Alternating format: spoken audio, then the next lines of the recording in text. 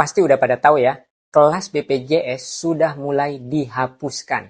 Di minggu ini udah banyak berita yang bahas kalau kelas BPJS resmi dihapuskan. Ya, seperti kita tahu, Pak Jokowi di bulan ini sudah tanda tangan Perpres nomor 59 tahun 2024 tentang pengaturan BPJS Kesehatan. Salah satu poin dalam Perpres itu adalah kelas BPJS akan mulai dihapuskan dan mulai diterapkan secara penuh di tahun 2025. Kelas-kelas BPJS yang sebelumnya ada kelas 1, 2, 3 diubah jadi namanya KRIS alias kelas rawat inap standar. Jadi nantinya semua pengguna BPJS alias semua warga negara dapat pelayanan yang sama.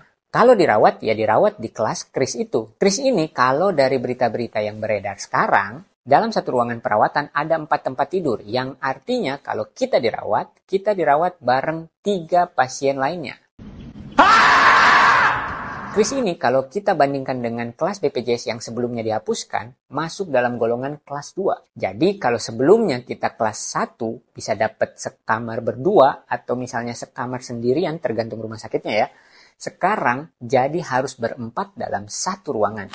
Ya kalau kita butuh privasi atau butuh istirahat yang nyaman di rumah sakit, tentu aja nggak bisa. Kalau berdua dengan pasien lain aja kita bisa terganggu, apalagi kalau berempat. Kalau kita mau dirawat di ruangan atau kelas di atas standar KRIS, kita harus nanggung selisih biayanya.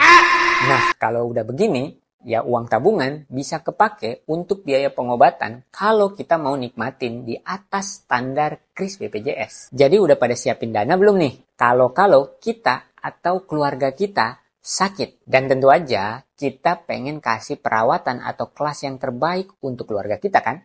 Kalau belum siap keluarin dana secara mendadak, tapi pengen kasih perawatan, kualitas yang terbaik, dan nggak ngeluarin lagi biaya waktu kita sakit, opsinya adalah siapin asuransi. BPJS itu standar pemerintah, nggak bisa kita atur sesuai keinginan kita. Tapi asuransi bisa kita atur dan tentuin sesuai standar yang kita mau dapetin. Jadi ingat, ambil asuransi kalau kita sadar kita butuh proteksi, bukan untuk investasi.